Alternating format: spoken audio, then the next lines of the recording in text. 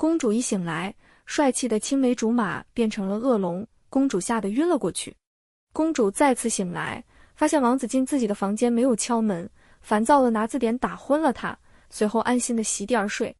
公主被噪音吵醒，揉揉眼睛，不敢相信自己看到了什么。她的好闺蜜兼青梅竹马兼骑士，居然在她的床上跟王子击剑。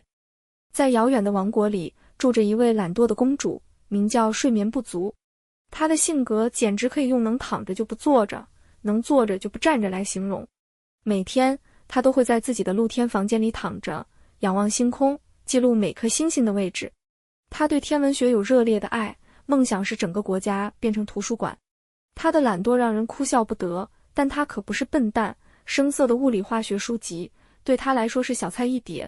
在睡美人的身边，有一位青梅竹马的男闺蜜，名叫池野。他的梦想是成为守护这位美丽公主的侍卫。小时候，他常常拿着木剑和她玩勇者斗恶龙的游戏，开心地说着将来要当他的守护者。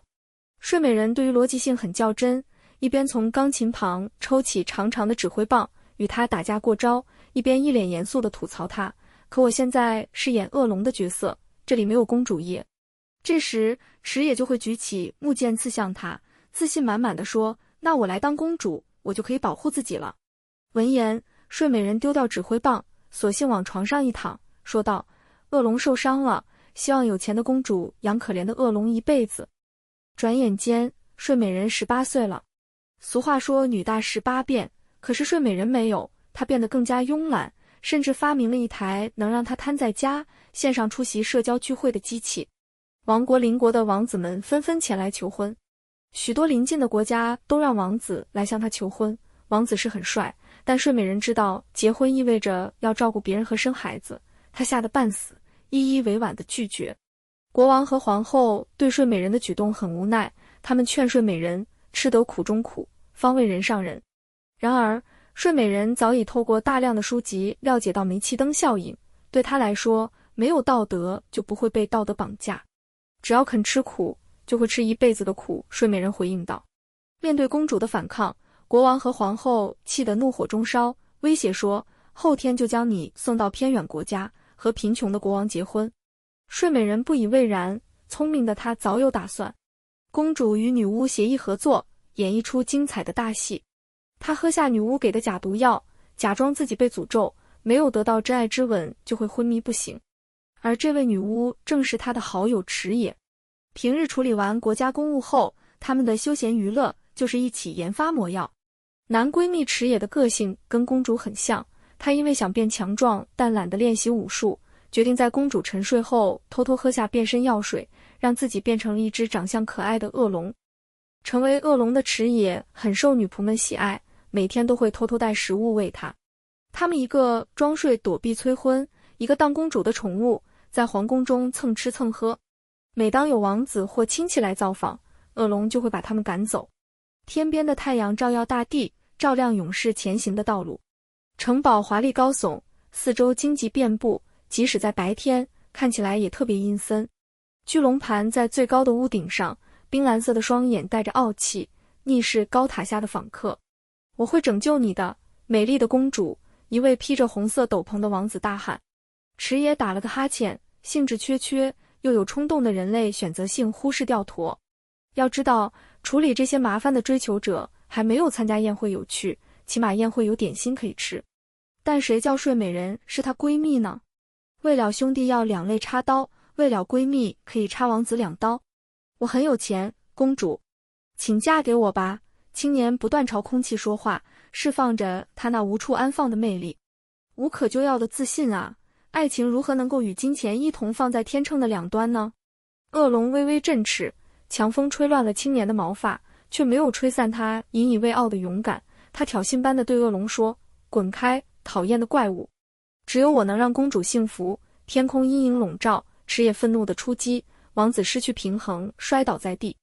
池野用庞大的身躯压住青年，甩甩尾巴，抬高了下巴说：不好意思，我已经有讨厌的人了，请你另寻其他人讨厌吧。有一天，来了一位英勇的王子，他手上拿了坚实的盾牌和锋利的长剑。池野倒也不是打不过他，他们的实力相当，可以打成平手。只是王子挥剑的样子实在太帅了，而且还不攻击会让驼致命的地方，留有余地，不像之前的人为了赢得胜利，甚至卑鄙地在刀尖淬毒。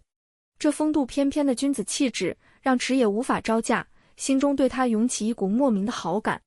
在王子坚持不懈的努力之下，耳龙在10多天之后向王子表达爱意。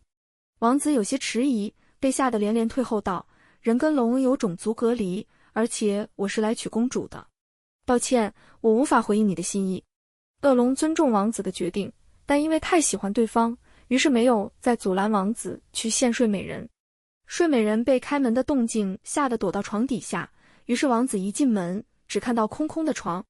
随后，女孩悄悄绕到王子身后，用字典打晕了他。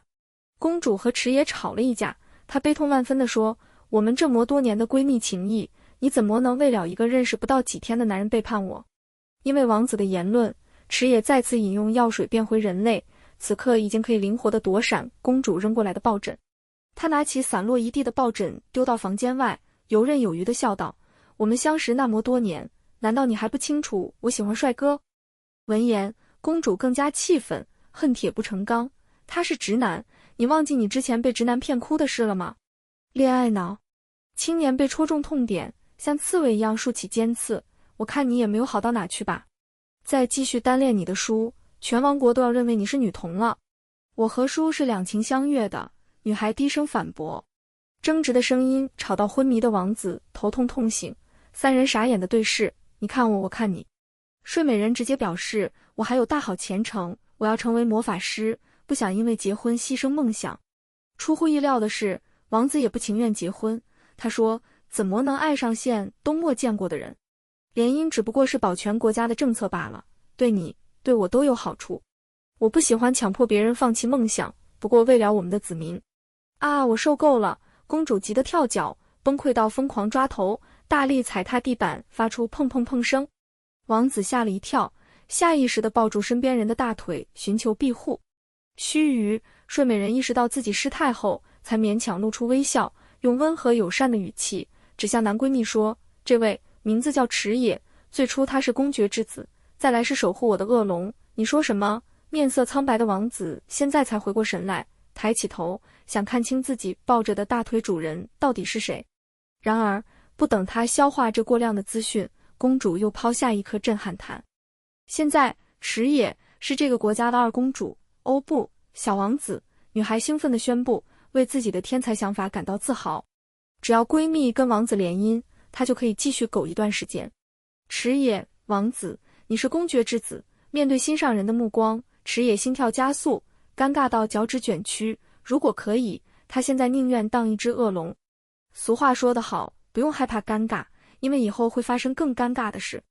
因为太过惶恐，怕对方看清自己，池野不自觉撒谎道：不，其实我是邻国的王子。男子在人心险恶的宫殿长大，一下就联想到其中因果。那你在这里做甚么？难道你们想设计谋害我？此时，一旁的公主终于稍微冷静下来，她微笑着取下书架上最后最宽的那本书，朝王子步步逼近，冷笑道：谢谢你的点子，我觉得很不错。现公主来势凶猛，王子连忙出剑抵挡。谁料常年窝在床上的公主，防御能力几乎为零，她的手臂直接被划出一道血痕，咕噜咕噜往外冒着鲜血。恶龙保护公主那么多年，反射动作早就刻进了骨子里，他猛地扑倒王子，面目凶狠，露出尖锐的牙齿。啊！忘记已经变回人类，没有尖牙了。王子对此番情景感到熟悉，数天的缠斗使他摸清了恶龙的招式，刹那间便反应过来，同步将剑横在身前抵挡。恶龙虽然没有牙齿，但指甲也够锋利，一挠到皮肤就会立刻破皮，甚至出血。几百年间到访的宾客近千人，池野的历练绝对胜过王子，赤手空拳也能现招拆招。两人僵持不下，打了好一阵。公主哪里受得住剑伤，气若游丝地在地面匍匐，眼神厌世，低声自嘲道：对不起亲爱的身体，我下辈子会多运动的。快晕倒之前，睡美人用最后一丝力气大喊：池野，你是重色轻友吗？我啊，来人啊，救救公主殿下，快来人啊！少年的惊叫响彻云霄，引来整个宫殿的仆人。